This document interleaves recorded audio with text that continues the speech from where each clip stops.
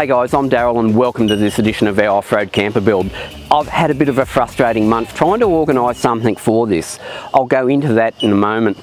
Yeah, did my head in and it's taken up so much time. But anyway, I've also altered the 360-degree Dace awning on this. I've moved it forward about yay amount. The reason for that was that the walled tent slash annex that fits under that wasn't lining up with the door perfectly, and by moving that forward that should fix up that issue.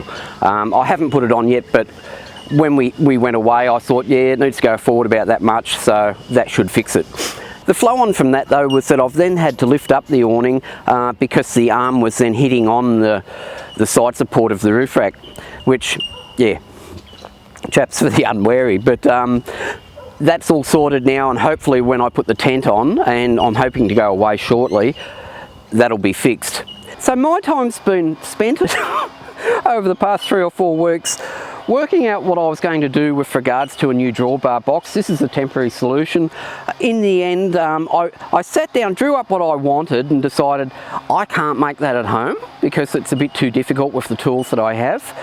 I drew up something that I could make at home and then priced it all up.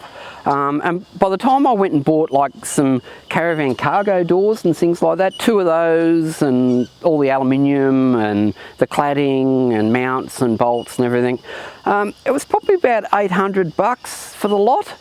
In the end, I've got a drawbar box built for $1,500, including powder coating. I had real issues with getting quotes for this drawbar box because I think it was a bit too small a job for a lot of these guys. The first quote came in at $1,500 and the guy was quick, snappy, came back. I then thought, oh, I should get some other quotes, and it took me 2 weeks to get quotes out of these guys and a little bit of info.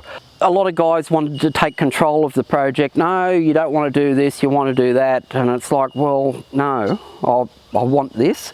And if I've got to modify it slightly at home, that's okay, because I'm happy to do that to suit my purpose, because it is quite a bespoke fitting. And yeah, you had guys that just wanted to take control of the job and do what they wanted to do and charge you what they wanted to do, which is fine, but that's not where I wanted to go. In the end, I was shopping around and thought, oh, these guys have all bought great machinery and they've got to get their hourly rate back. I'll go and try a little guy in a country town.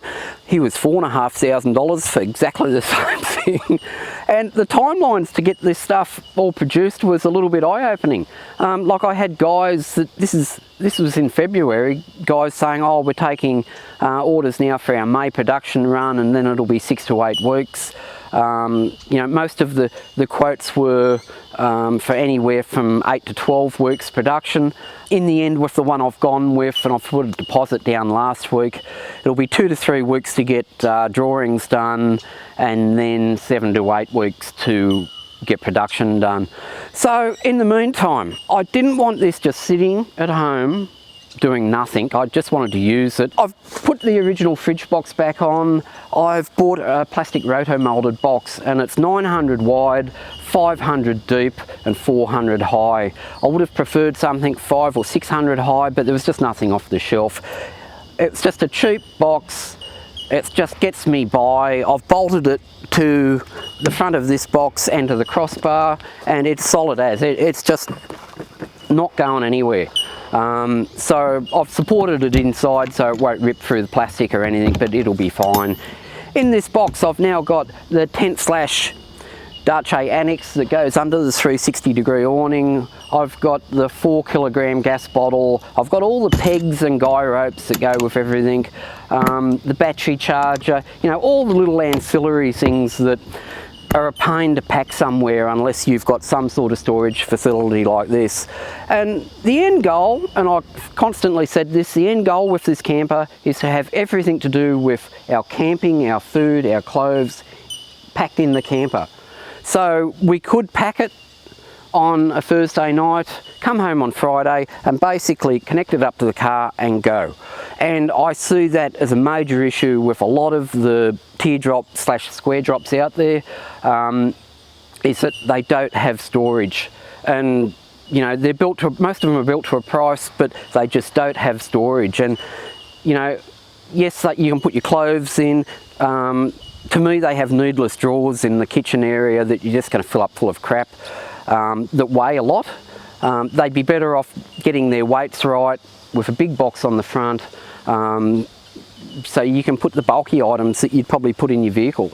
Oh, and the thing that I've really noticed since I've gone to a few caravan parks that I haven't been to for years is that the white tables, the plastic white tables. You go to these caravan parks, everyone has them.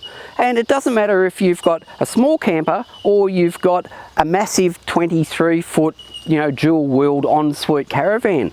They have a row of white tables, plastic white tables outside with all their cooking stuff on. And it's like you have a caravan with a nice kitchen inside. However, you've got to buy all these plastic tables to put cooking stuff on because no one's thought of outdoor kitchens or blah, blah, blah. Yeah, it's a really bizarre mindset. And you see the people pulling in and the backs of their dual cabs or whatever are just full of... I don't want to be that guy. I want nothing in the vehicle apart from, a few toys or lightweight jackets or the like. I just want everything stored in the camper. We'll see how we go. I think I've sorted it. When we've been going away, all our clothes fit in there fine. That's not an issue. Our food fits in there fine. The only thing I will say with the fridge, we're running a 40-litre fridge. It's quite old now. I've looked at upgrading the fridge to one of the really large fridge freezers. I'm not sold on them. They seem to draw a lot of current, one, and two, neither fridge nor freezer is really, really good. And they've got a really large footprint. We do use the vehicle on the weekends, whilst it's my daily, like we do use it for like Jeep Club trips or whatever.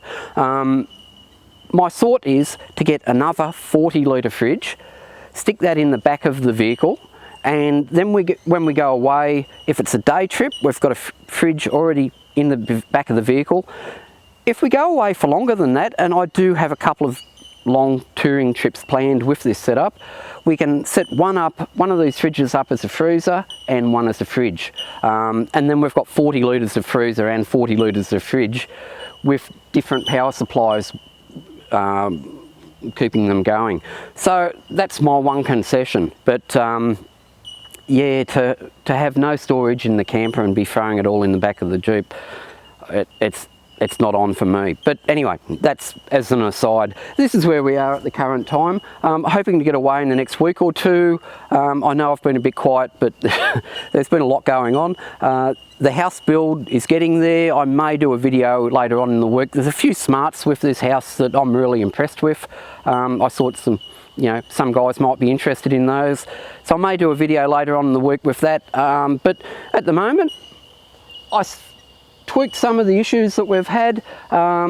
This is handling so nicely now. It's a completely different camper. With the small amount of weight I've now got mounted on the drawbar, it's just towing so good you don't even have to think about it behind you. The one interesting thing though to come out of all this is that I'm probably running less ball weight than what I ever have. Before I'd pole whatever I could in the front to get it to sit nicely behind the vehicle, and it just goes to show that once you get correct axle placement and weight distribution, moving some of that weight around and your actual ball weight isn't so critical. When you don't have correct axle placement, ball weight is king. You just need to get a lot of ball weight and until it sits right behind the vehicle. I'm probably to the point now too where some of the stuff that I haven't stored in the galley, I could now. Like, whilst I don't have somewhere for the Weber barbecue to go, I've thought, when we travel, I could stick it in the galley. And I've always been, I'm putting, whatever, 10 or 15 kilos back there, I probably shouldn't. And that needs to be on ball weight. Now I don't need that. With the correct axle placement, I put that in the back the other day and went for a drive. Didn't make any difference at all. I'm probably running, at the moment, I might weighed it this morning, it was on 45, 50 kilos ball weight. That's slightly less than 10%. Vehicle sits fine. The trailer absolutely purrs behind the vehicle. There's no mishandling things at all. So really happy with it. It's been an absolute game changer with regards to towing this thing by lengthening this drawbar and getting the boxes and all fitted back to it. So that's about it. One thing is we haven't had the best summer in Australia. It's been rainy and horrible, and it hasn't been conducive to wanting to go away in this thing. Summer's now over, we're into autumn, sun's out, looks like it may continue. We may take advantage of it over the next week or two. And of course I'm building a house, so of course it's going to rain. But anyway, that's it for today. I hope you enjoyed that, and we'll see you next time. Bye now, guys.